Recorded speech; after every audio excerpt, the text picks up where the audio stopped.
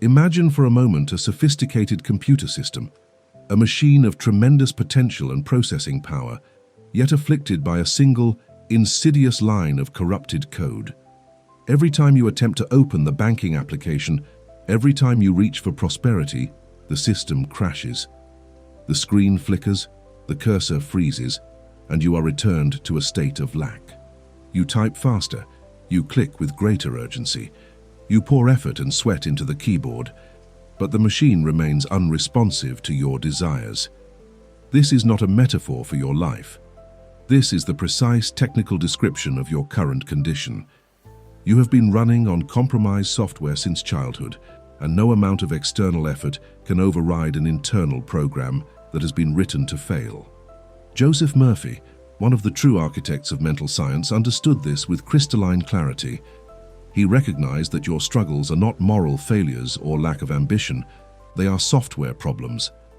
You have a poverty virus installed on the hard drive of your subconscious mind, and until you learn to access the root directory, until you gain administrator privileges over your own mental operating system, you will continue to crash at the threshold of every significant opportunity, watching others succeed, while you remain inexplicably locked out of the abundance that should be your birthright.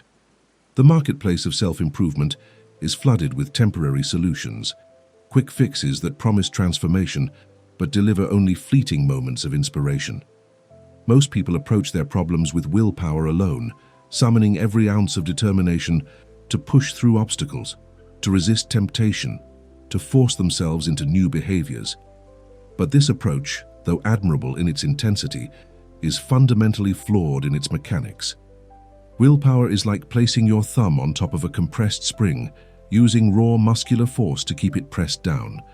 For a time you succeed. The spring remains compressed and you feel victorious. But the moment your attention wavers, the instant fatigue sets in or life presents an unexpected crisis. Your thumb lifts and the spring shoots back to its original position with even greater force than before. This is why New Year's resolutions fail by February, why diets end in binges, why motivated starts lead to demoralized returns to old patterns. Joseph Murphy discovered something far more profound than willpower, something he called the Imprint Method. This is not about holding the spring down through constant effort. This is about fundamentally altering the metal itself. Imagine taking that spring, melting it down in a furnace of concentrated mental focus, and recasting it in an entirely new shape. When the metal cools and solidifies, it no longer possesses the tendency to return to its former state because its former state has been obliterated at the molecular level. The imprint method is not behavior modification, it is identity transformation. It is not a surface-level adjustment to your actions, but a deep structure rewrite of your mental operating system, a permanent alteration of the code that governs your automatic responses, your habitual thoughts, and your unconscious expectations about what is possible for you in this world. This is the distinction between those who struggle endlessly and those who seem to glide through life with an inexplicable ease. The latter have, whether consciously or unconsciously, rewritten their internal code to align with success, health, and abundance, while the former continue to battle against their own programming, wondering why victory remains perpetually out of reach despite maximum effort. In this video, you and I are going to do something that most people never even know is possible. We are going to access the root directory of your mind, that hidden layer of programming that runs beneath your conscious awareness and determines the trajectory of your entire life. We are going to learn the imprint method with precision and depth, understanding not just what to do but why it works and how to execute it with the authority of a master programmer.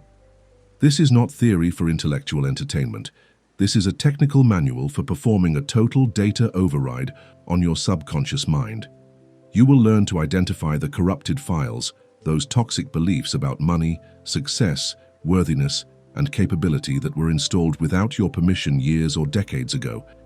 And you will learn the exact process for deleting them permanently and replacing them with the software of wealth, health, and power. But understand this from the outset. What we are about to undertake requires your complete commitment. The imprint method is not a passive listening experience. It is an active reprogramming protocol. You cannot dabble in this work. and expect profound results. You must approach it with the seriousness of a surgeon entering an operating theater, with the focus of an engineer rebuilding a bridge, with the dedication of an artist who understands that greatness is carved from the stone of relentless, precise effort. If you are ready to stop being the victim of your mental programming and become the master programmer of your own destiny, then let us proceed. The promise is this: by the end of this journey, you will possess the knowledge and the technique to permanently rewrite the fundamental code of your existence. Not temporarily, not conditionally, not dependent on external circumstances, maintaining a favorable alignment, but permanently and irreversibly. The person you are becoming through this method is not a better version of your current self. It is a completely new operating system built on the foundations of universal law and mental science. Are you ready to wipe the corrupted drive and install the software you were always meant to run? Then let us begin with the architecture of mind itself. Joseph Murphy, in his profound understanding of mental mechanics, employed an analogy so elegant and precise that once grasped, it illuminates the entire mystery of why human beings struggle despite their best intentions. He spoke of the mind as a ship navigating the vast ocean of life, and within this ship exists a critical hierarchy that determines whether you reach the shores of prosperity or sink into the depths of failure. At the helm stands the captain, representing your conscious mind. This is you, the thinking you, the reasoning you, the you that is reading these words right now and making decisions about what to believe and how to act. The captain can see the horizon, read the stars, consult the maps, and chart a course toward any destination imaginable. The captain possesses the gift of choice, the power of analysis, and the responsibility of command.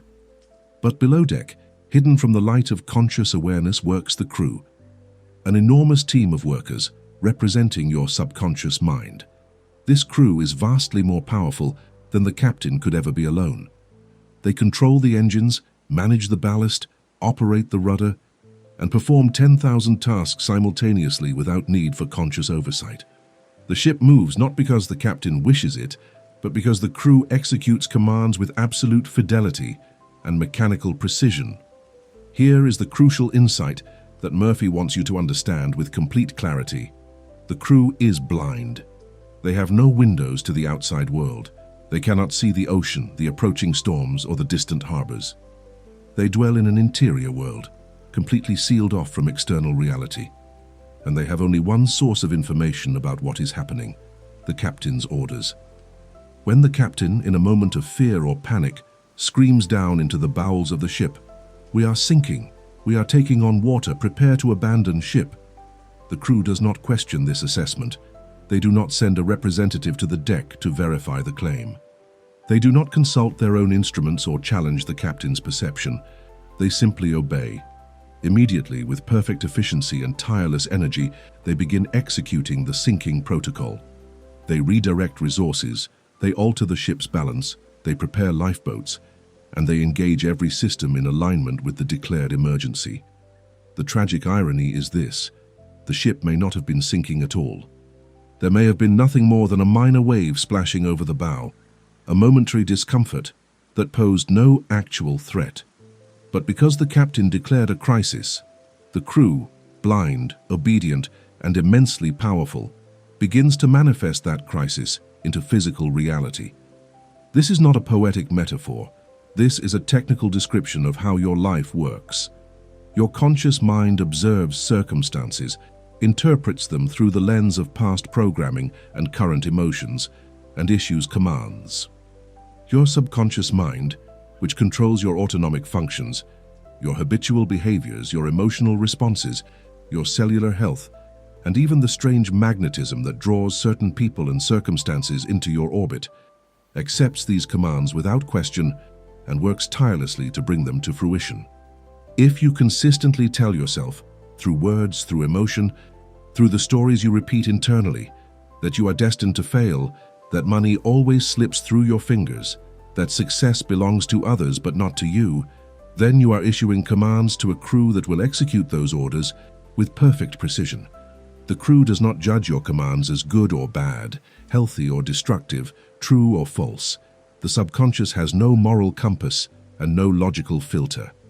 It simply accepts whatever is impressed upon it with feeling and repetition, and then it sets about making that impression a manifest reality in your physical experience.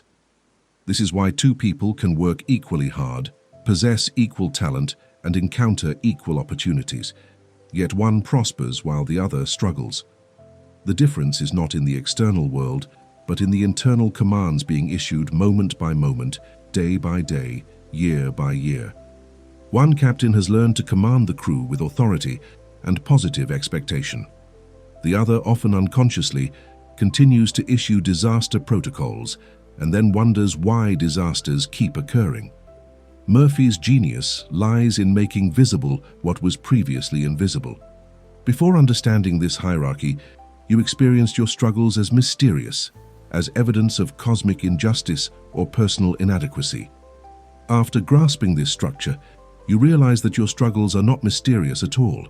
They are the logical outcome of specific mental commands being executed by a powerful but blind system. The revelation is both humbling and empowering. Humbling because you must accept responsibility for the commands you have been issuing. Empowering because once you understand the mechanism, you can change the outcome. You are not at the mercy of fate, genetics, or external circumstances. You are at the mercy of your own commands, and commands can be changed. Consider the implications of this for your financial life. If you have been programming your subconscious with statements like, "I can never get ahead," or "rich people are greedy," or "money is the root of all evil," you have been commanding your crew to keep you poor, not because poverty is your destiny, but because poverty is your order. The subconscious, loyal and tireless, will ensure that you make poor decisions, that you overlook opportunities, that you self-sabotage at critical moments, and that you feel uncomfortable and anxious whenever prosperity approaches. It is simply executing your commands. The moment you realize this, everything changes. You are no longer a victim of circumstance. You are a programmer who has been running corrupted code, and corrupted code can be overwritten. The ship analogy also reveals why affirmations fail for most people. They stand on the deck saying, "I am wealthy, while simultaneously feeding fear and doubt down to the crew through their emotional state and their habitual internal dialogue. The conscious mind issues one command with words, but the emotional conviction issues another command with feelings, and the subconscious always accepts the command that carries the stronger emotional charge. Words without conviction are ignored. Feelings with intensity are enacted immediately. This is why Murphy emphasizes not just what you say, but the state of mind in which you say it. You must become the captain who issues clear, emotionally charged, authoritative commands that leave no room for doubt in the minds of your crew. This hierarchy also explains the phenomenon of sudden reversal that plagues so many people. Someone experiences a windfall, an inheritance, a bonus, a lucky break, and within months or a year they are back to their original financial position, or worse. What happened? The windfall did not match the internal programming. The crew, upon detecting an aberration from the established order, worked diligently to restore equilibrium. They engineered bad decisions, attracted expensive emergencies, and created circumstances that drained the unexpected wealth until the external reality once again matched the internal command structure. This is why lottery winners often end up bankrupt, why people who lose weight through extreme diets often gain it back with interest, why those who achieve success through sheer willpower often burn out and collapse. The external achievement was never matched by an internal reprogramming, so the crew simply restored the original settings. Understanding the captain and the crew dynamic is the first step in the Imprint Method. You must recognize that you are not a single unified entity operating with perfect internal coherence. You are a hierarchy, a system with different levels of function and different mechanisms of control. The failure to understand this hierarchy leads to the frustration of issuing commands that are never executed, of working hard in ways that produce no lasting results, of feeling perpetually at war with yourself without understanding why. But once you grasp this structure with clarity, once you see the blind crew waiting for authoritative commands from a captain who has finally learned to lead with certainty rather than panic, you gain access to a power that most people never discover. You gain the ability to deliberately program your own subconscious, to issue new commands that override decades of corrupted instructions, and to finally align your internal system with your conscious desires for wealth, health, and achievement. Now we must go deeper into the mechanics of the subconscious itself, for understanding its nature reveals both the problem and the solution with perfect clarity. Joseph Murphy discovered through decades of study and practical application that the subconscious mind operates according to a fundamental directive, a prime command that supersedes all other functions. He called this the law of life, and it is the master key to understanding why the imprint method works and why your previous attempts at self-improvement may have failed. The law of life states that the subconscious has an inherent, ineradicable drive toward healing, expansion, growth, and the expression of greater life. This is not a philosophical preference or a spiritual ideal. It is a biological and psychological fact observable in every living system. Consider your body for a moment. If you cut your finger, you do not need to consciously command the cells to begin repair. You do not need to think, now activate the platelets, now send white blood cells, now initiate tissue regeneration. The process happens automatically, driven by an intelligence that operates far below the threshold of conscious awareness. This intelligence wants you to heal, wants you to thrive, wants you to express the fullness of life with ever-increasing vitality. The same intelligence that knits together broken bones, that fights infections, that maintains your heartbeat and respiration while you sleep, is the intelligence of your subconscious mind. It is fundamentally biased toward life, toward expansion, toward the fulfillment of your highest potential. This is its factory setting, its original programming installed by the creative force that brought you into existence. But here is the tragedy that Murphy spent his life addressing. This magnificent intelligence, this tireless servant of life, can be corrupted by negative programming. The subconscious does not discriminate between commands that align with the law of life and commands that contradict it. If you repeatedly impress upon your subconscious the idea that I am sick, or I am weak, or I am doomed to poverty, the subconscious accepts these declarations as commands to be executed. It does not rebel against them, does not argue with them, does not say, but wait, this contradicts the law of life. It simply obeys. And in obeying commands that contradict its fundamental nature, it creates internal conflict, disease, limitation, and suffering. You are forcing a system that wants to heal to express sickness, commanding an intelligence that wants to expand to contract, ordering a power that wants to create abundance to manifest scarcity. This is the source of what Murphy identified as psychosomatic illness. Not imaginary disease, but real physical conditions created by the subconscious in obedience to negative mental impressions. When you harbor chronic resentment, when you rehearse past grievances repeatedly, when you declare yourself a victim of circumstances, you are impressing these patterns onto the subconscious, and it loyally manifests them as tension, inflammation, weakened immunity, and systemic breakdown. The body becomes the visible expression of invisible mental commands.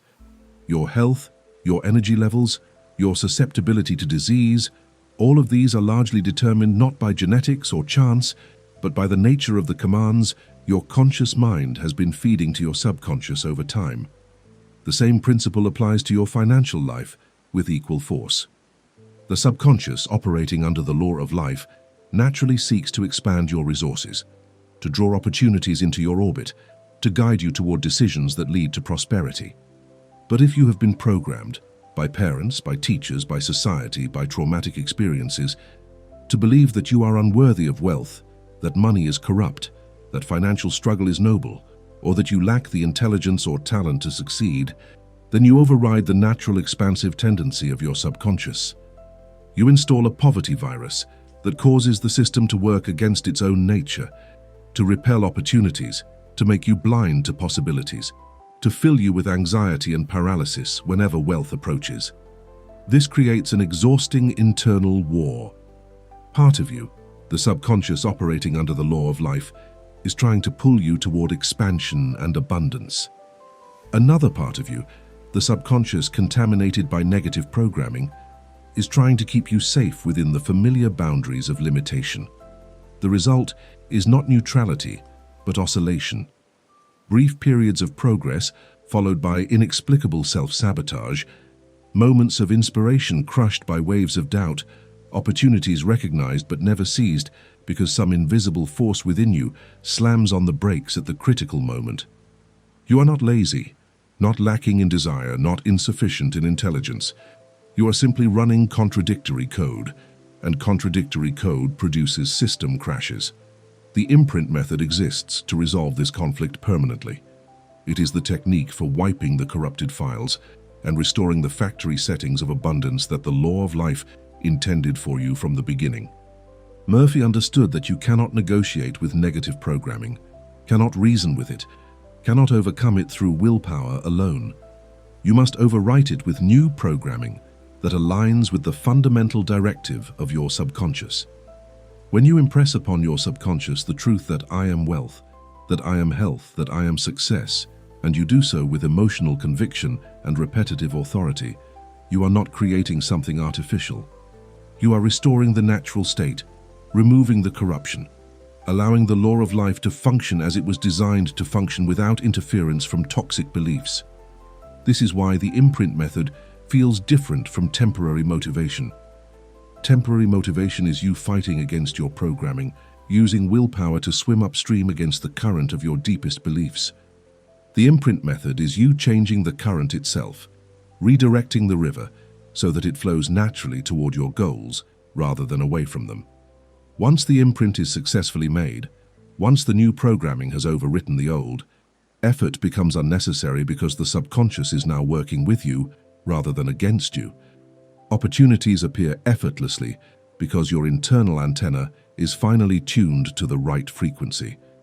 Decisions become clearer because you are no longer receiving contradictory signals from within. Energy increases because you are no longer exhausting yourself in internal warfare. Murphy also observed that the law of life operates with mathematical precision. The subconscious does not care about your personal history, your past failures, your current circumstances, or your perceived limitations. It only cares about the nature and intensity of the impressions you make upon it. If you impress it with lack, it produces lack. If you impress it with abundance, it produces abundance. This is neither reward nor punishment. It is simply the mechanical operation of natural law, as impersonal and reliable as gravity. Understanding this removes the emotional charge from failure and the ego inflation from success. You are not being judged by a cosmic arbiter. You are simply experiencing the logical output of specific mental inputs. And when you change the inputs through the imprint method, the outputs change with mathematical certainty. The implications of this understanding are staggering. You are not trapped by your past, not limited by your upbringing, not defined by your mistakes or your current circumstances. You are only trapped by the programming you continue to run, and programming can be changed. The subconscious does not consult your history before accepting new commands. It only requires that those commands be impressed with sufficient clarity, emotion, and repetition. A person who has been poor for 50 years can, through proper use of the imprint method, completely rewrite their financial reality because the subconscious does not care about the 50 years. It only cares about the nature of the command being issued right now, in this moment, with this feeling, with this conviction. This is the unshakable logic that Murphy built his entire teaching upon. The law of life is absolute. The subconscious is obedient. The method is scientific. The results are inevitable for those who apply the technique with understanding and persistence. You are not hoping for change. You are engineering it. You are not wishing for a better life. You are programming it into existence through deliberate mental work that aligns with the deepest laws of mind and nature. This is not mysticism. This is mental mechanics applied with precision and power. To fully grasp the revolutionary nature of Joseph Murphy's imprint method, we must position it within the larger architecture of mental science, for no master exists in isolation, and true understanding comes from seeing how different teachings interlock to form a complete system of power. Wallace Wattles, whose work we have explored in depth, gave you the external strategy, the science of getting rich through aligned thought and purposeful action. Wattles taught you to use your will, to focus your mind with laser precision on your desires, to hold your vision despite contradictory appearances, and to act with faith in the creative power that permeates all substance. This is the captain on the deck, steering the ship with determination, refusing to be distracted by waves or storms, maintaining course toward the desired destination with unwavering confidence. But what Wattles did not extensively detail, because his focus was on the external mechanics of attraction and creation, was the internal architecture that either supports or sabotages that focused will. This is where Joseph Murphy's contribution becomes not just complementary, but essential. Murphy reveals the internal world, the subconscious realm where your true beliefs reside, and from which your habitual actions, emotional responses, and magnetic attraction patterns originate. If Wattles teaches you to aim your will, Murphy teaches you where to aim it and how to ensure that your internal system is not working against your external efforts. Wattles is the architect showing you the blueprint of the building you want to construct. Murphy is the engineer, ensuring that the foundation can support the structure. Consider the frustration of someone who has studied Wattles, who understands the need for focused thought and purposeful action, who commits to holding a clear mental image of wealth and success, yet finds themselves perpetually sabotaging their own efforts. They set goals with clarity, they take action with determination, but at the critical moment when the deal is about to close, when the opportunity is within reach, something inside them panics, hesitates, or generates a self-defeating impulse. They find themselves procrastinating on crucial tasks. They discover themselves saying things that alienate potential allies. They notice themselves making uncharacteristic mistakes that derail promising ventures. What is happening? Their conscious mind, trained by Wattles, is issuing clear commands and maintaining disciplined focus, but their subconscious mind, never addressed or reprogrammed, is running old code that says, "You don't deserve this," or "This is too good to be true," or "People like you don't succeed at this level." The conflict between a conscious will trained for success and a subconscious programmed for failure creates the most painful form of internal warfare. You know what you should do. You even want to do it, but some invisible force within you prevents execution, generates anxiety, or manufactures obstacles. This is not moral weakness or lack of discipline. This is a technical problem, a misalignment between your conscious commands and your subconscious programming. Murphy's Imprint Method exists specifically to resolve this misalignment. It is the tool for bringing your subconscious into harmony with your conscious will, for ensuring that when you aim your focused intention toward a goal, your entire mental system supports that aim rather than undermining it. The integration of Wattles and Murphy creates a complete system.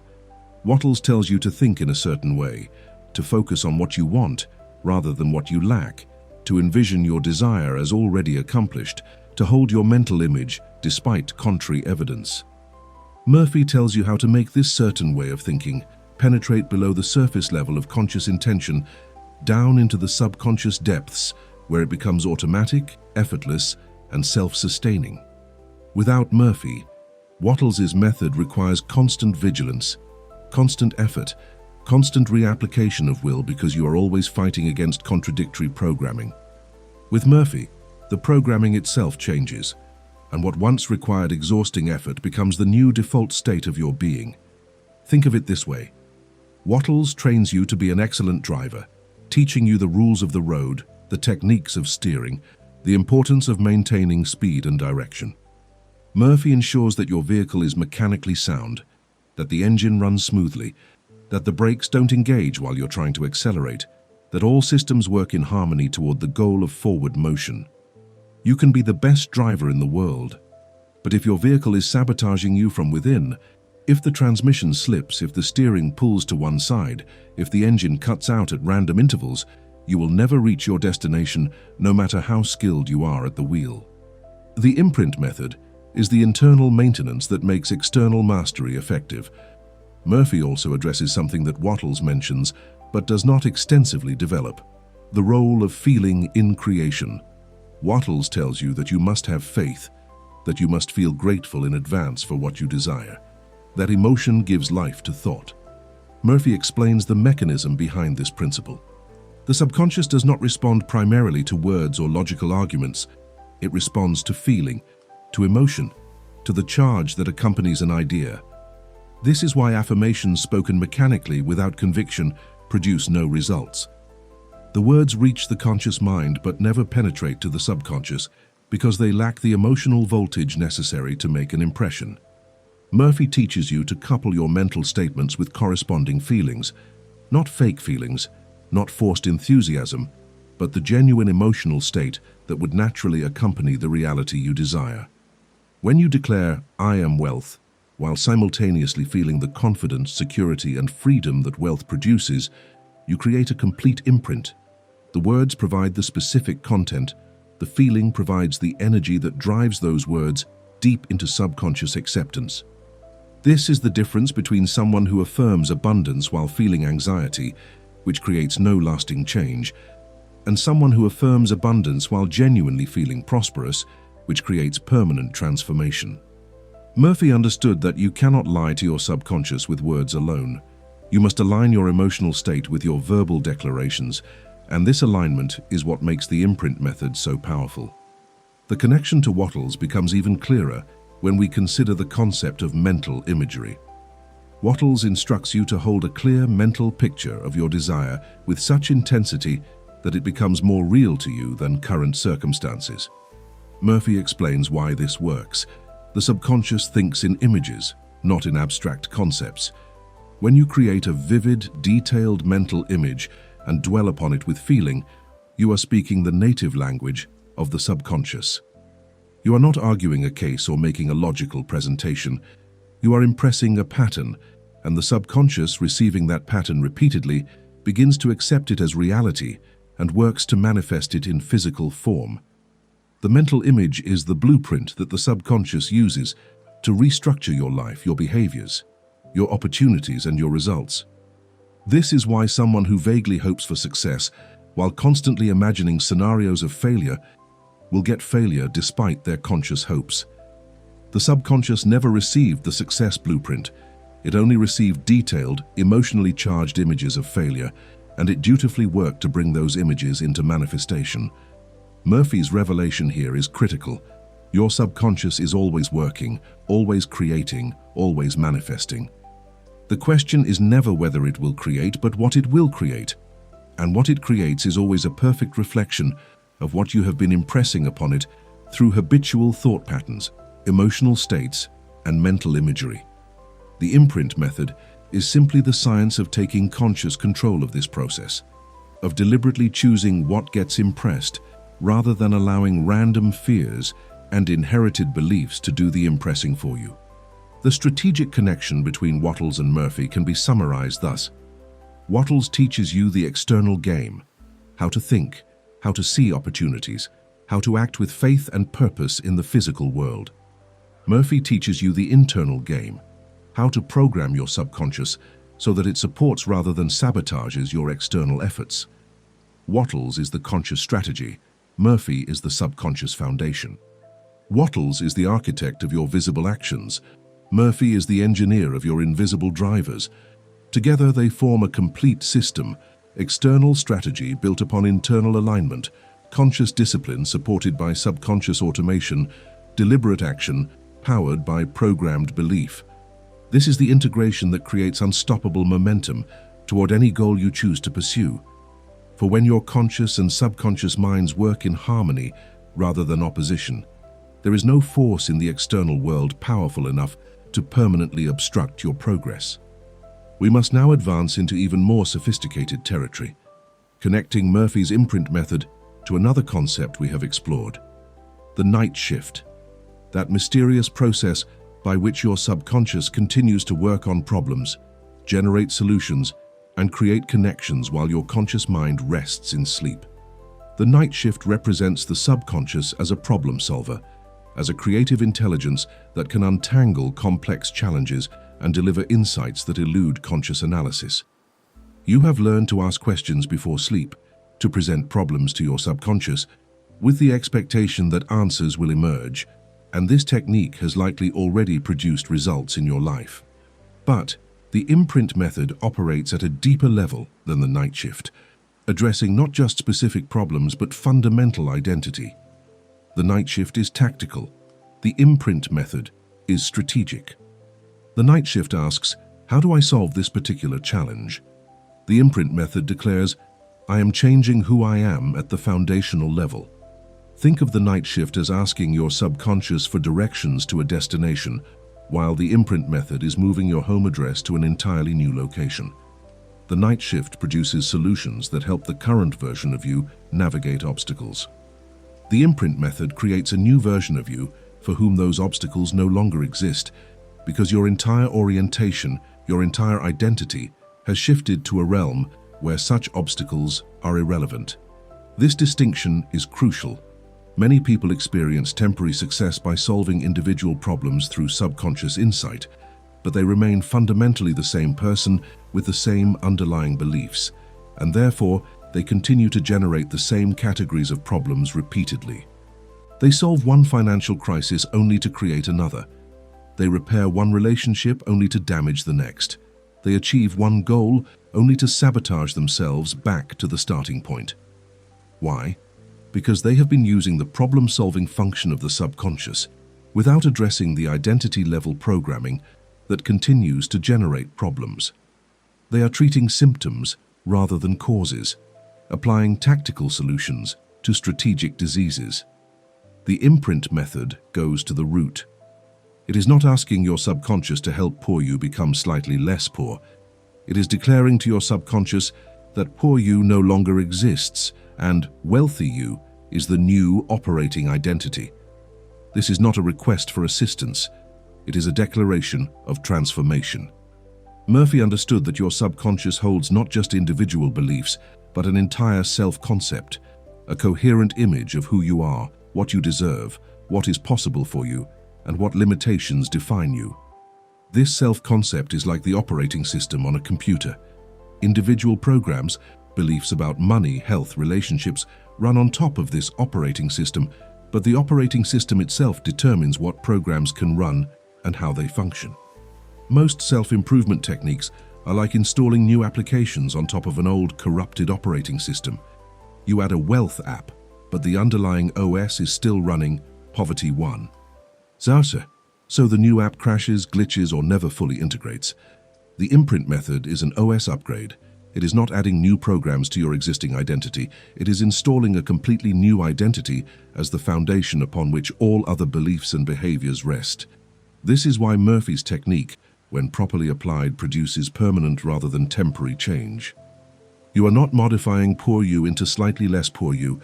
You are deleting poor you and installing wealthy you as the new default identity. Consider the practical implications. Someone using only the night shift might ask before sleep, how can I make an extra $1,000 this month, and receive a creative idea that solves that specific challenge. Someone using the imprint method declares before sleep and throughout the day, I am wealth. Money flows to me effortlessly. I am a magnet for financial opportunity. Over time, with repetition and emotional conviction, this person's entire identity shifts. They no longer experience themselves as someone struggling to make ends meet who occasionally finds clever solutions. They experience themselves as a wealthy person, and wealthy people do not struggle with basic financial survival. They operate from a completely different set of assumptions, behaviors, and expectations. Opportunities that were invisible to poor you become obvious to wealthy you. Decisions that would have paralyzed poor you with fear are made swiftly and confidently by wealthy you. The external world does not change. Your internal orientation changes, and therefore the external world appears to change in response.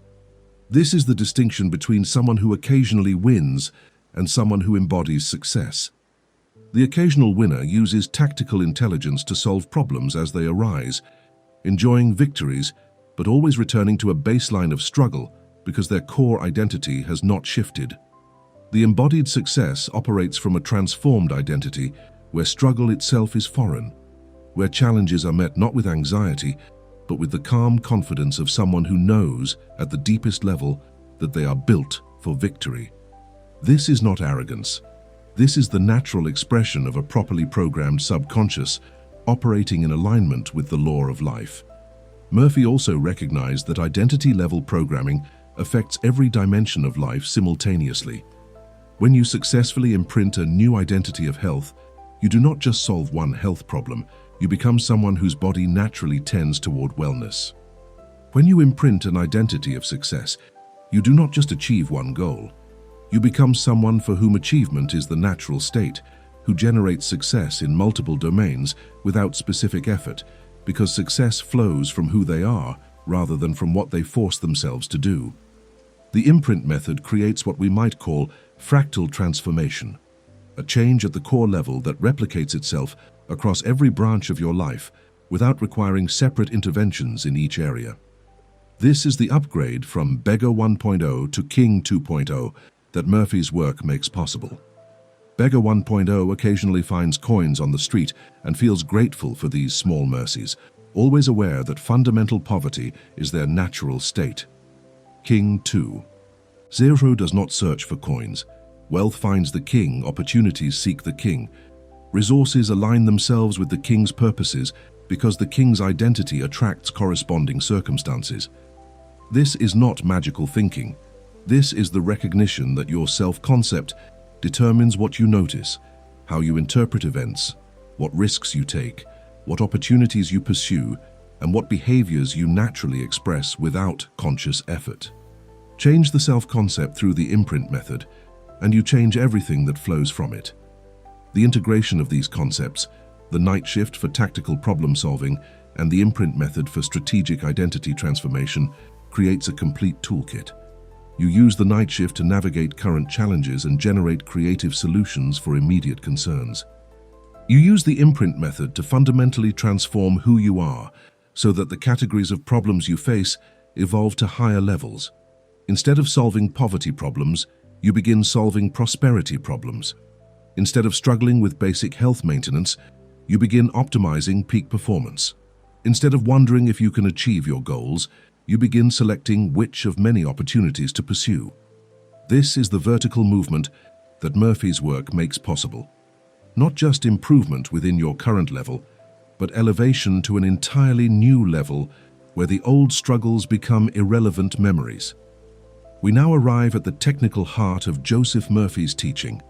The precise methodology of the Imprint Method itself, the step-by-step process by which you write new code into your mental operating system and delete the corrupted files that have governed your life until now. Murphy's genius was not merely philosophical but practical. He provided specific techniques that any person could apply regardless of education, background, or current circumstances. The first and most fundamental element of the Imprint Method is what Murphy called the repetitive pass. And understanding this technique requires that we think in terms of physical mechanics, of grooves being cut into substance through pressure and repetition. Imagine a vinyl record, that ancient technology that captured sound by carving microscopic grooves into a rotating disc. How was the groove created? Not by a single wishful pass of the needle, not by hoping that sound would somehow embed itself in the plastic, but by the mechanical process of a cutting stylus being pressed with exact force into the material while that material rotated beneath it. The depth and clarity of the groove, which determined the quality of sound reproduction, depended on two factors: the pressure applied by the stylus and the number of times that same pattern was repeated, reinforcing the groove until it became permanent and precise. Once the groove was cut, playing the record became effortless. The needle simply followed the pre-existing path, reproducing the sound that had been imprinted during the recording process.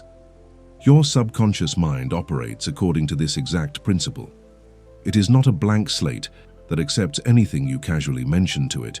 It is a recording medium that requires specific technique to create lasting impressions. Every habitual thought you have, every repeated emotional pattern you experience, is cutting a groove into your subconscious. The thoughts you think once or twice have no lasting effect. They are like a needle touching the surface without enough pressure or repetition to create a permanent mark. But the thoughts you think repeatedly, especially when accompanied by emotional intensity, cut deep grooves that become the tracks your life automatically follows. This is why people find themselves trapped in cycles of behavior they consciously wish to change. The grooves are already cut, and their mental needle simply follows the existing path unless a new groove is deliberately created to replace it.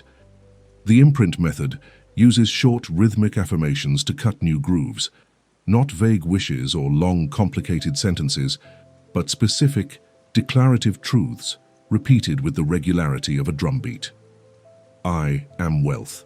I am health. I am success. Money flows to me effortlessly. My body heals itself perfectly.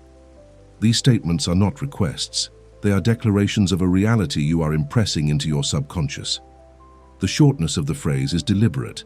It allows for exact repetition without variation, ensuring that each pass of the stylus follows the same path, deepening the same groove, rather than scattering energy across multiple tracks.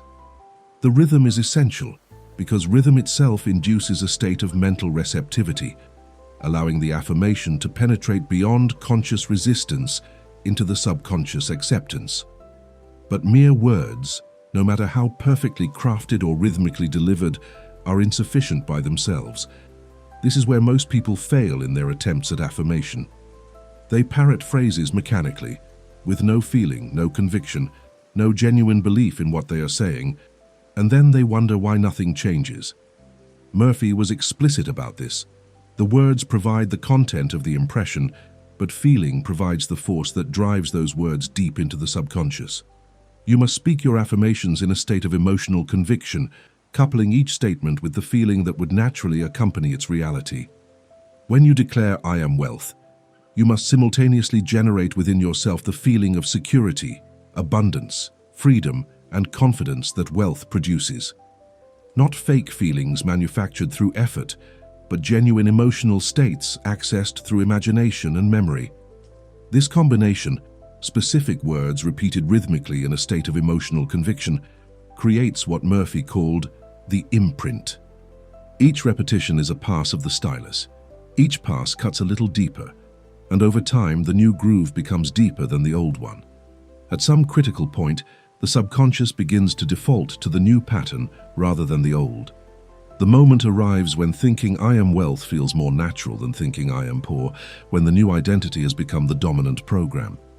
This is the point of permanent transformation, where the change is no longer something you have to maintain through willpower, but something that maintains itself automatically through subconscious programming. The technique is most effective when applied during states of mental relaxation, those twilight moments when the conscious mind releases its grip and the subconscious becomes more receptive to suggestion.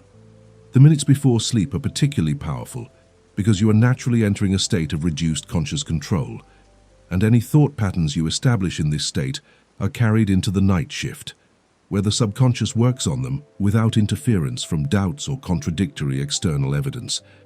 Murphy often recommended that people repeat their affirmations during the drowsy period before sleep, allowing the words and feelings to sink into the subconscious as the last impressions before consciousness fades. Throughout the night, the subconscious then processes these impressions, reinforcing them, integrating them, and beginning the work of manifesting them in physical reality. But the repetitive pass is not limited to bedtime. Murphy understood that the subconscious is always receptive, always recording, and therefore the imprint method can and should be applied throughout the day whenever you have moments of focused attention. During a walk, during a break from work, during moments of waiting or transition, these are opportunities to perform additional passes of the stylus, to deepen the groove, to reinforce the new programming. The key is consistency and emotional engagement. 5 minutes of affirmation spoken with genuine feeling produces more results than hours of mechanical repetition, performed with skepticism or distraction. You are not trying to convince your conscious mind, which may remain skeptical. You are impressing your subconscious mind, which responds to emotional conviction and repetitive pattern, not to logical argument. Murphy also warned against the common error of mixing positive and negative statements. If you spend 10 minutes affirming wealth and then spend the rest of your day complaining about poverty, you are cutting competing grooves, and the subconscious receives contradictory commands that cancel each other out. This is why changing habitual mental conversation is so critical. You must become aware of your default internal dialogue, the running commentary in your mind about yourself, your circumstances and your prospects, and you must deliberately replace negative patterns with positive ones. When you catch yourself thinking, "I can never afford that," you immediately replace it with "money comes to me easily." When you notice the thought, "I'm not good enough," you override it with "I am capable and deserving." This is mental discipline applied at the level of programming rather than behavior, addressing the source code rather than trying to manually correct each output. The repetitive pass, practiced with understanding and dedication, becomes the fundamental tool of self-transformation. It is not quick, not sensational, not dependent on dramatic moments or external events. It is the patient, persistent work of cutting new grooves day after day, repetition after repetition, until the new pattern becomes dominant and the old pattern fades into obsolescence. This is not the work of a week or even a month.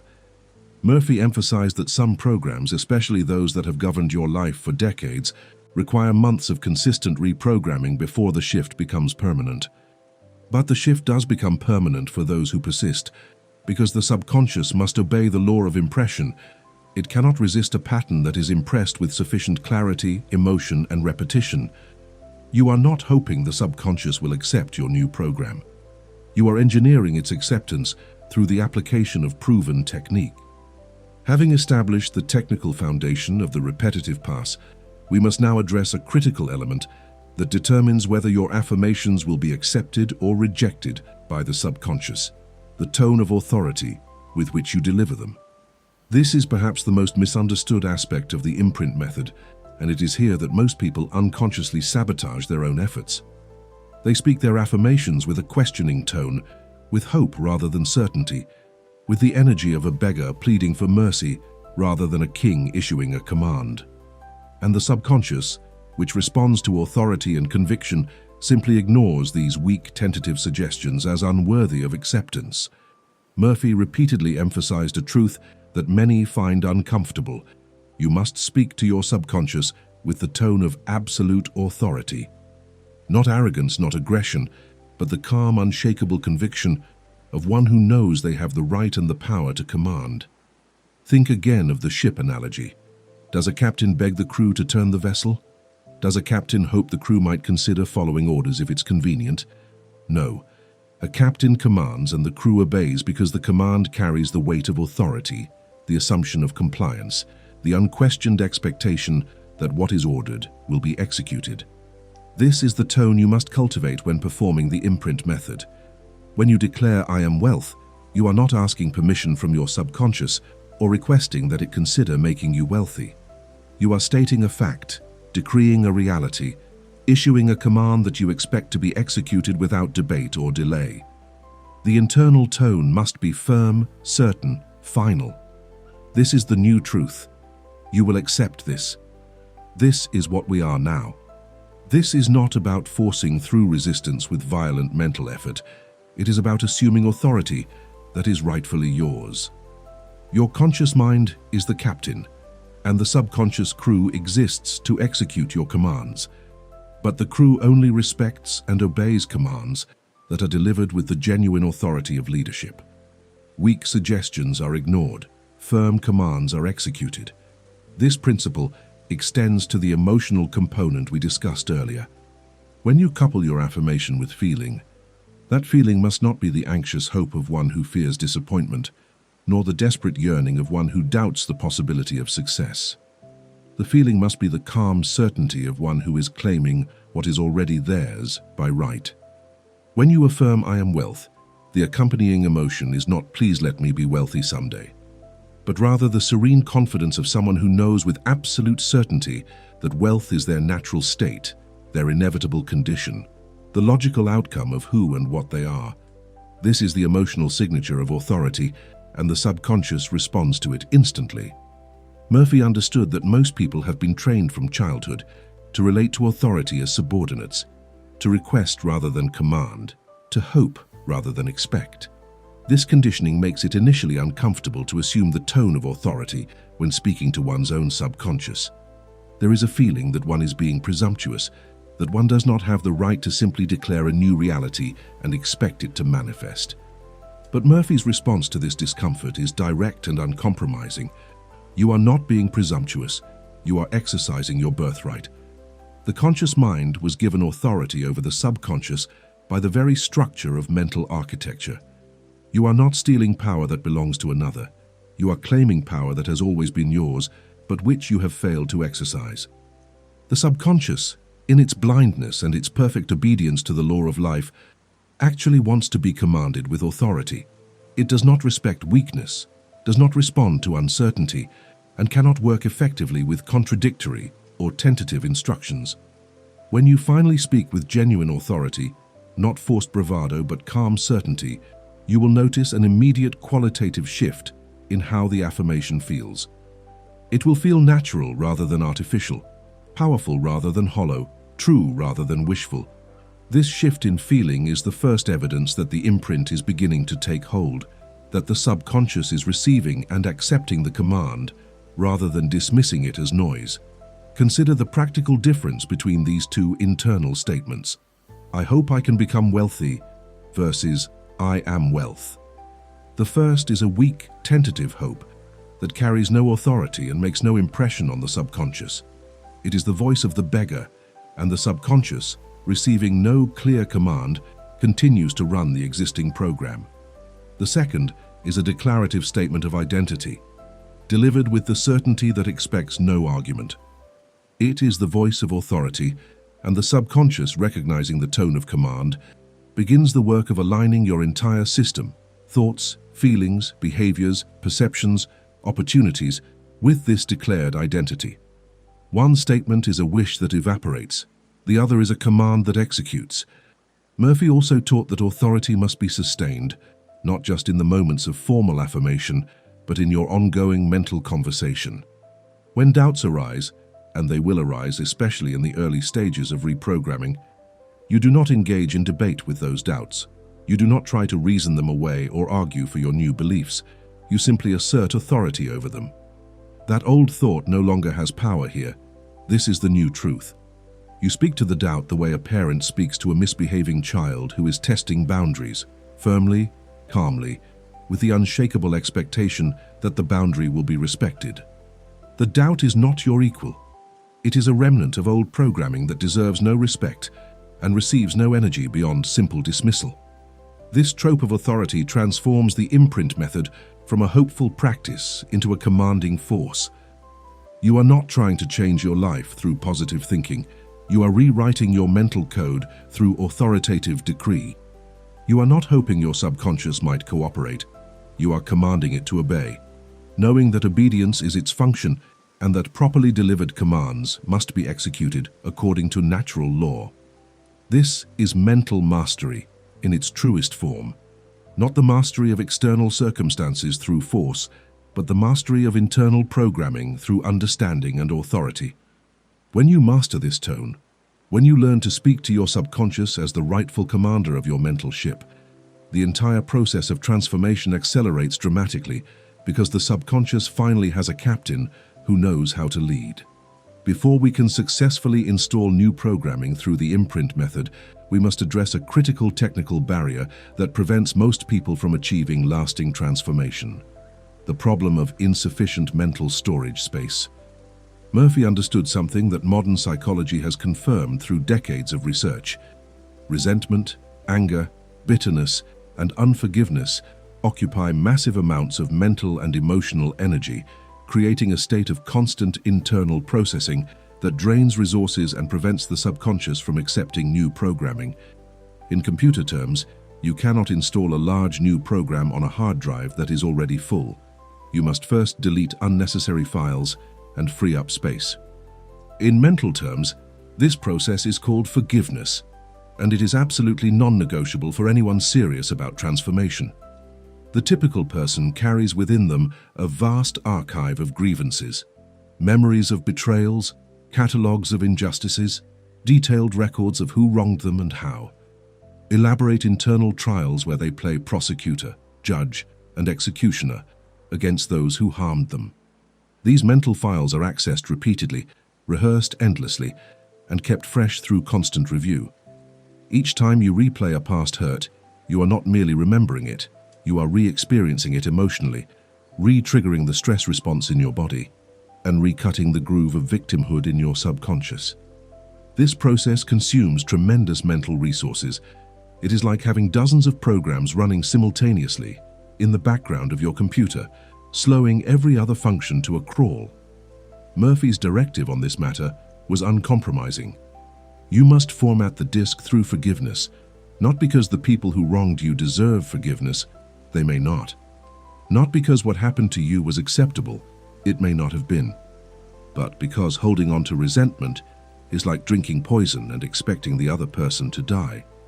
Every moment you spend dwelling on past injuries is a moment you are programming your subconscious with victimhood, powerlessness, and bitterness. You are cutting grooves of suffering rather than grooves of power. The person who harmed you has moved on with their life.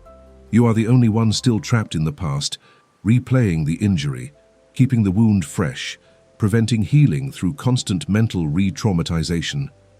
Forgiveness, properly understood, is not a gift you give to the person who wronged you. It is a gift you give to yourself.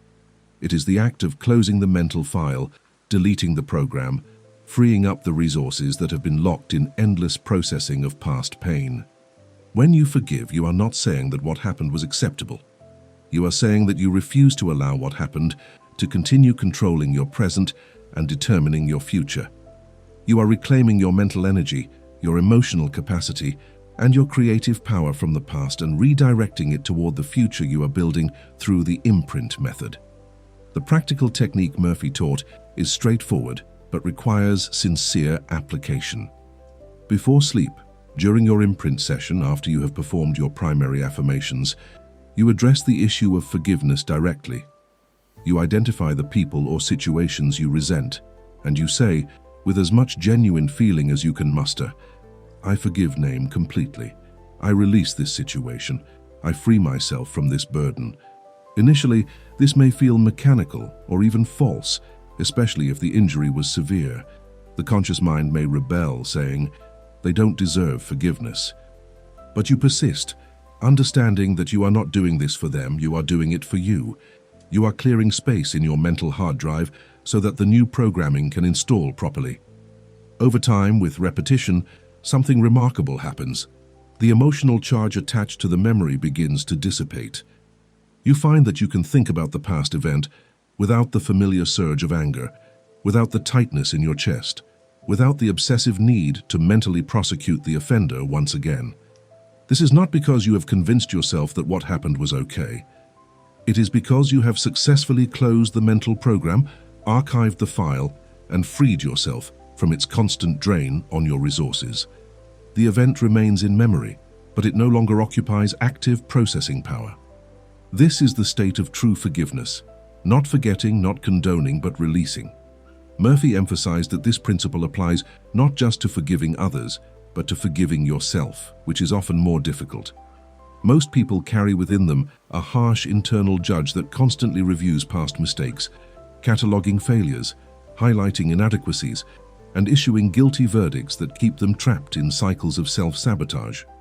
This internal prosecutor is often more vicious than any external enemy, and it occupies even more mental space because it has unlimited access to your thoughts.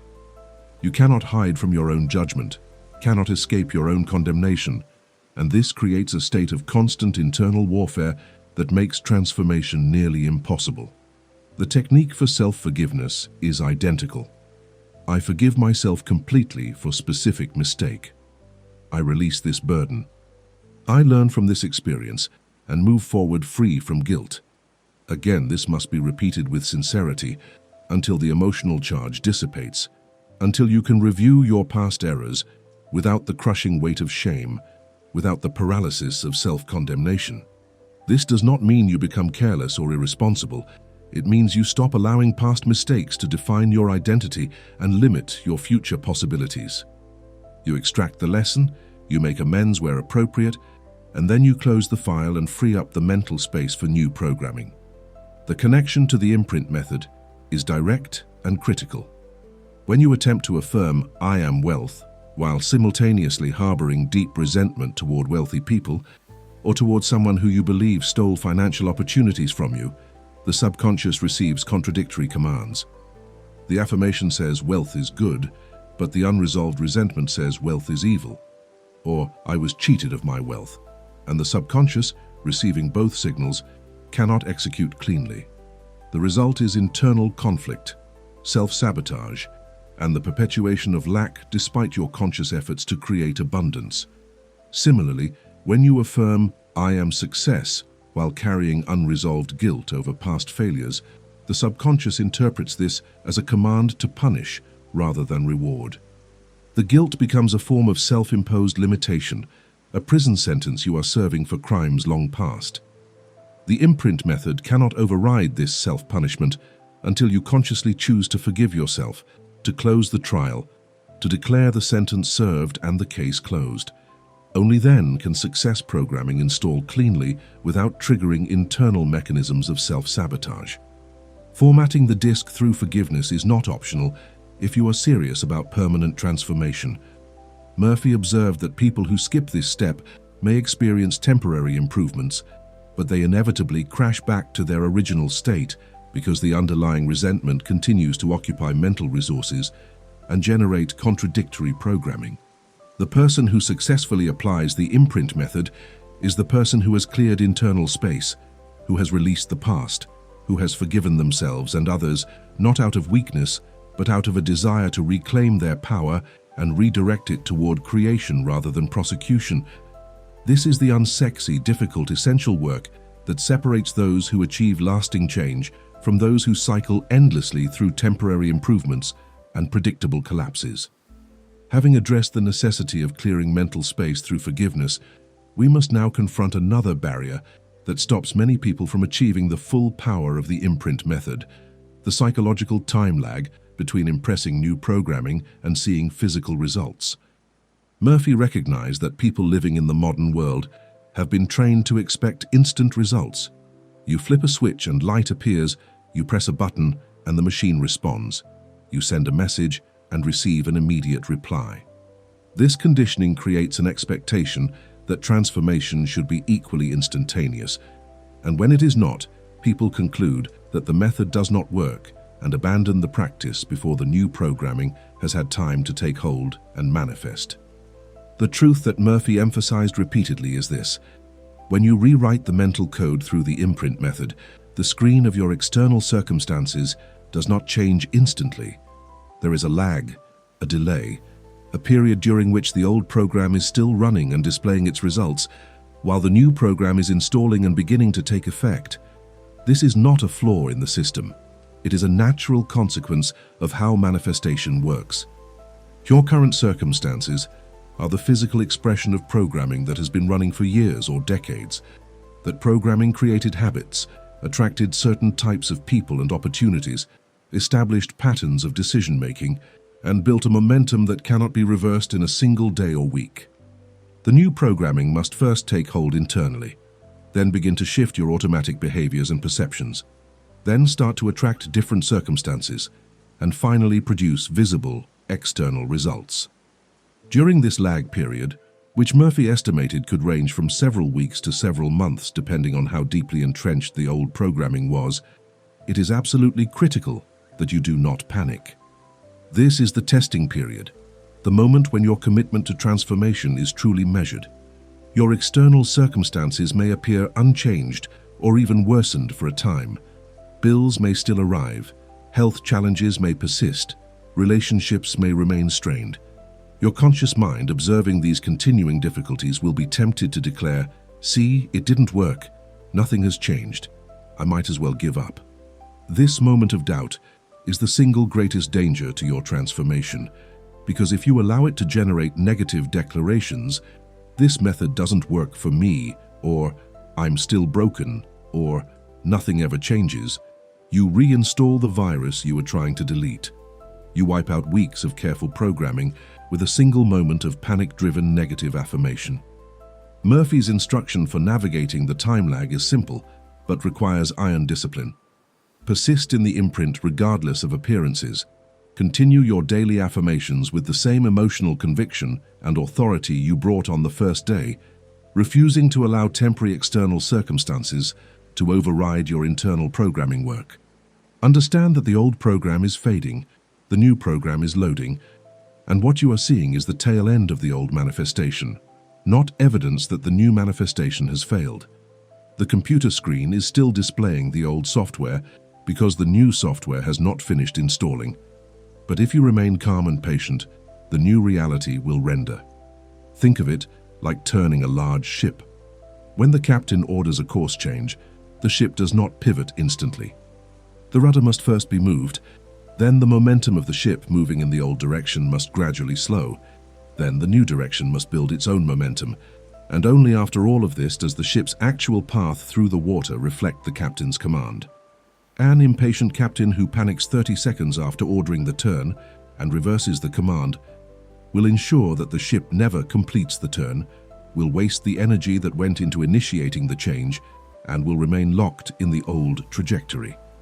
The captain who understands the mechanics of course correction remains calm, maintains the rudder in the new position, and waits with certainty for the ship to respond. This is your task during the psychological time lag. Murphy also provided a critical insight about what to look for during this period. The first changes are not usually external, but internal. You begin to notice shifts in how you feel about yourself, in the types of thoughts that arise spontaneously, in your emotional responses to familiar triggers. Where you used to feel anxiety, you notice a strange calm. Where you used to feel inadequate, you notice a quiet confidence. Where you used to feel stuck, you notice a sense of possibility. These internal shifts are the first evidence that the new programming is taking hold, and they are far more important than external circumstances because they are the cause of which external circumstances are the effect. If you ignore these internal changes while obsessing over unchanged external circumstances, you miss the evidence that transformation is underway. The next level of change appears in your behavior and decision-making. You find yourself taking actions you would have avoided before, speaking with an authority you previously lacked, making choices that align with your new identity rather than your old programming. Again, these may produce no immediate visible results, but they are evidence that the subconscious is executing new commands. The subconscious works from the inside out, first changing how you perceive yourself, then changing how you behave, then attracting new circumstances that match your transformed internal state. Each level must be complete before the next can manifest, and rushing or panicking disrupts the entire sequence. Finally, external circumstances begin to shift. Opportunities appear that would have been invisible to the old version of you. People respond to you differently because you are carrying yourself differently. Resources become available because your new internal state is broadcasting a different signal to the universe. The lag period ends not with a sudden dramatic reversal, but with a gradual dawning of a new reality that, in retrospect, you realize began weeks or months earlier when you first started the imprint work. The person who persists through the lag period wins. The person who panics and reinstalls the old programming loses, not because the method failed, but because they abandoned it before it could complete its work. Murphy compared this to planting a seed. When you place a seed in the ground, you do not dig it up every day to check if it is growing. You water it, you provide sunlight, you trust the process, and you wait. If you become impatient and constantly disturb the soil, the seed will never grow properly. The imprint method requires the same trust and patience. You plant the seed through your daily affirmations, you water it through continued emotional conviction, you provide sunlight through maintaining positive internal conversation, and you wait with certainty for the harvest. The harvest is inevitable for those who do not uproot the seed through panic, but it comes only to those who understand and respect the psychological time lag between cause and effect, between programming and manifestation, between imprint and reality. We have journeyed deep into the architecture of mind, explored the technical mechanisms of the imprint method, and confronted the barriers that stop most people from achieving transformation. Now we must synthesize this knowledge into a coherent understanding of what you have truly gained. For knowledge without integration remains mere information, and information without application produces nothing. Joseph Murphy's life work was not the creation of an interesting theory. It was the delivery of a practical system for taking conscious control of the most powerful force in your individual universe, your subconscious mind. You are not, as you may have believed before this video, the victim of your programming. You are the programmer, and once you understand the language and the methods, you can rewrite any aspect of your internal code and thereby transform any dimension of your external life. The synthesis is this: you possess two minds operating in hierarchy. The conscious mind observes, decides, and commands. The subconscious mind accepts those commands without judgment and executes them with perfect fidelity and limitless power. The tragedy of most human lives is that people issue commands unconsciously, randomly, and often in direct opposition to what they consciously desire, and then they wonder why their lives fail to reflect their wishes. You now understand that your life is not random, not the result of luck or fate or cosmic injustice, but the precise mathematical output of the programming running in your subconscious. Change that programming through the Imprint Method, and your life must change, because the subconscious cannot disobey its programming any more than a computer can refuse to run its software. The power you now hold is the power to deliberately impress any belief, any identity, any expectation upon your subconscious through the technique of repetitive, emotionally charged, authoritative affirmation. You can delete the virus of poverty and install the program of wealth. You can erase the malware of sickness and install the operating system of health. You can remove the corrupted code of failure and implement the algorithm of success. This is not motivational rhetoric. This is technical possibility, grounded in the mechanics of how mind operates. The question is never whether you can transform. The question is only whether you will apply the method with sufficient consistency, emotional conviction, and persistence to overcome the psychological time lag and see the new programming manifest in physical reality. Murphy's teaching also reveals that this work, while simple in principle, is profound in implication. When you successfully imprint a new identity, when I am wealth becomes more real to you than any external evidence of lack, you do not merely gain money. You become a different person, a person for whom wealth is natural, a person who thinks differently, decides differently, acts differently, and attracts different circumstances. This is transformation rather than acquisition, evolution rather than accumulation. The money is the inevitable consequence of the identity shift, not the primary goal. The primary goal is to become the person to whom success, health, and abundance flow naturally. And once you become that person, these things cannot be kept away from you any more than light can be kept from reaching a surface once all barriers are removed. The synthesis of Murphy's work with the teachings of other masters, Wattles's external strategy, the night shift for problem solving, the understanding of mental laws, creates a complete system for taking control of your destiny. You are no longer a passive recipient of circumstances, no longer at the mercy of early programming or traumatic experiences, no longer limited by your current situation or your past failures. You are the architect of your mind, the engineer of your beliefs, the programmer of your subconscious, and therefore the creator of your life. This is not arrogance. This is recognition of the power that was always yours, but which you never learned to exercise with understanding and authority. The message that Joseph Murphy spent his life delivering, the truth he wanted every human being to understand, can be stated with perfect clarity. You are not a helpless creature buffeted by forces beyond your control. You are a powerful, creative being whose subconscious mind is the instrument through which you shape your reality. And this instrument responds with mathematical precision to the commands you impress upon it through thought, feeling, and repetition. Murphy saw human suffering not as inevitable, but as unnecessary. Not as punishment, but as the consequence of ignorance. Ignorance of mental laws, ignorance of the power residing within, ignorance of the techniques for harnessing that power. His mission was to end that ignorance, to make the invisible visible, to transform the helpless into the empowered by revealing the mechanism of mind and the methods for controlling it. Murphy's most famous statement, the one that encapsulates his entire teaching: deserves to be inscribed in your consciousness with permanent marker. Whatever you impress on your subconscious mind is expressed on the screen of space as conditions, experiences, and events. Read that sentence again. Absorb it. Understand its implications. Your subconscious is not a passive storage facility for random thoughts.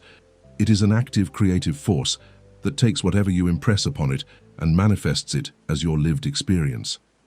The poverty you experience is an impression expressing itself. The sickness in your body is an impression expressing itself. The failure in your career is an impression expressing itself. These are not accidents or cosmic injustices. They are manifestations of impressed beliefs, and beliefs can be changed through the imprint method. This truth is empowering and terrifying in equal measure. Empowering because it means no condition is permanent, no situation is hopeless, no limitation is absolute. Everything you experience externally is the shadow cast by internal programming, and when you change the programming, the shadow must change.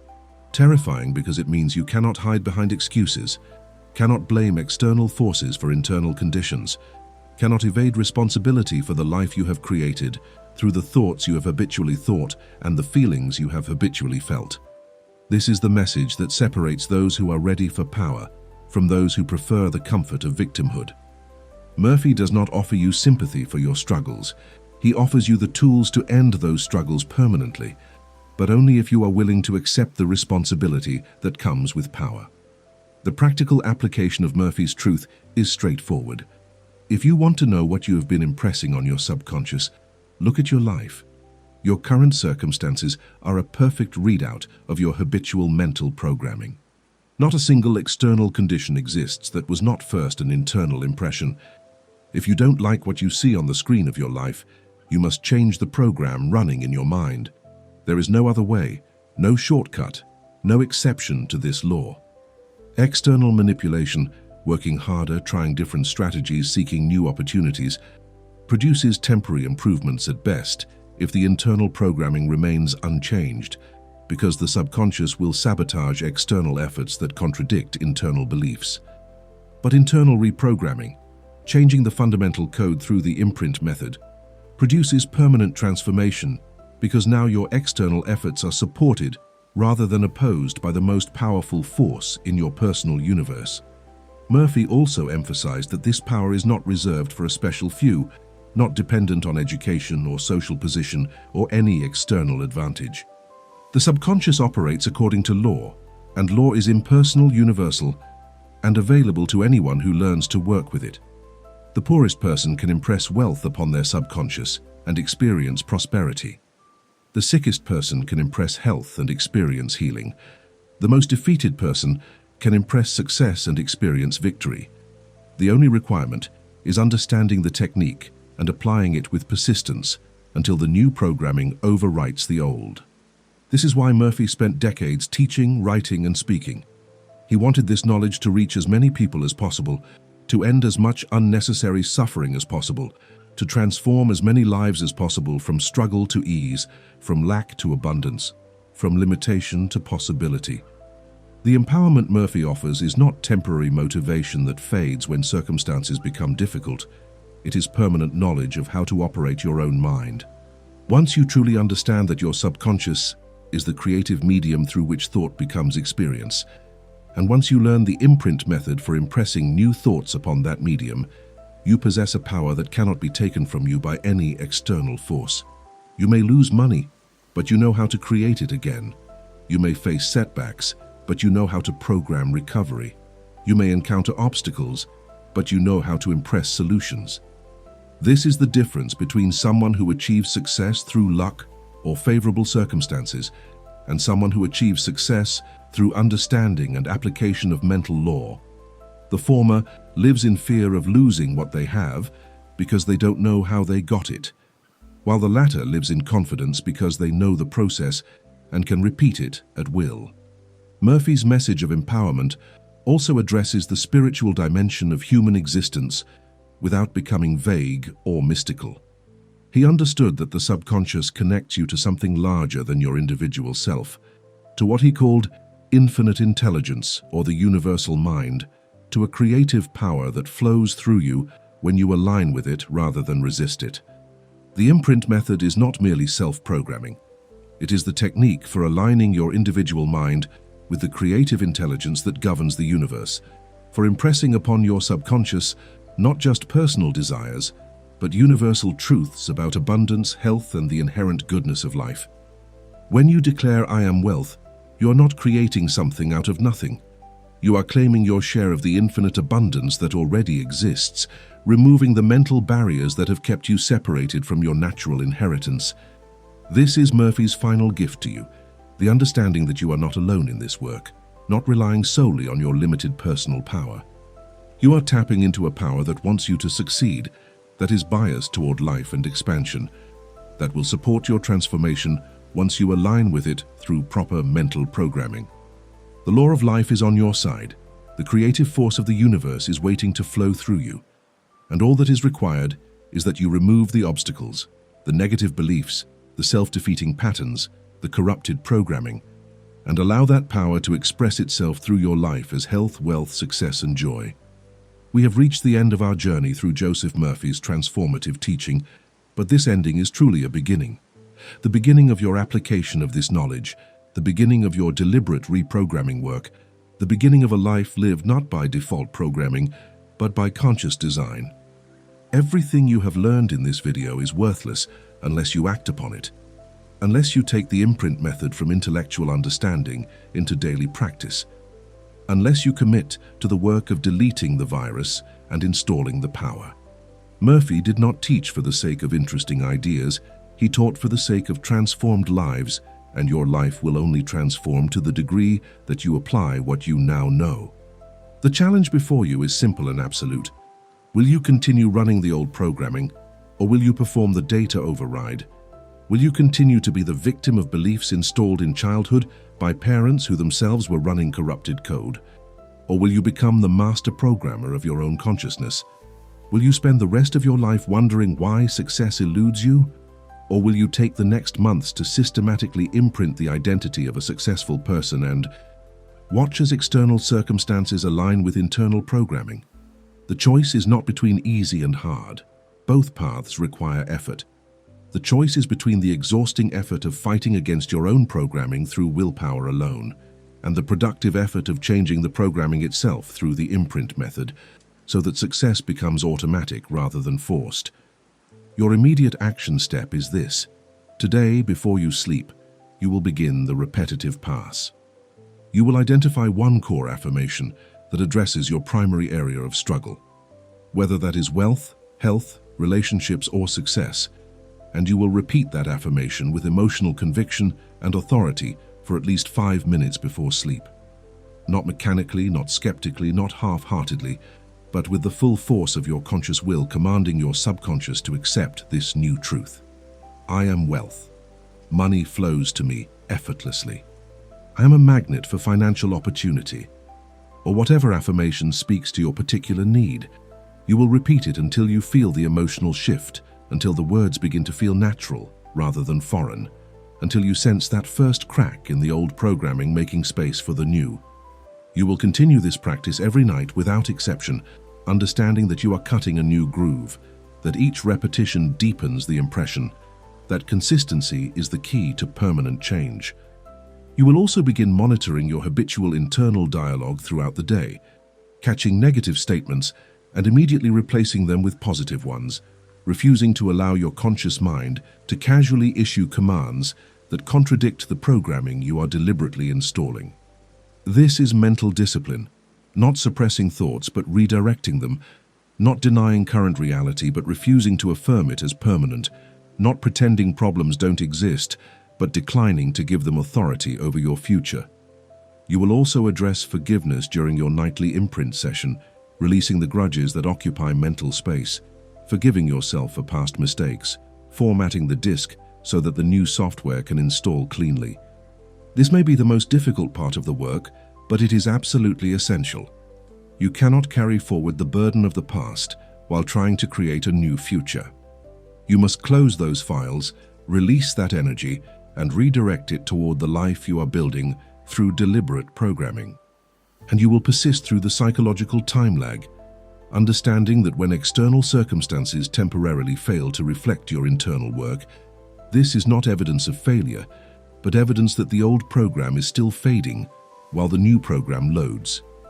You will maintain your discipline during this testing period, refusing to panic, declining to reinstall the virus through negative declarations, holding steady with the certainty of a captain who has ordered a course change and waits with confidence for the ship to respond.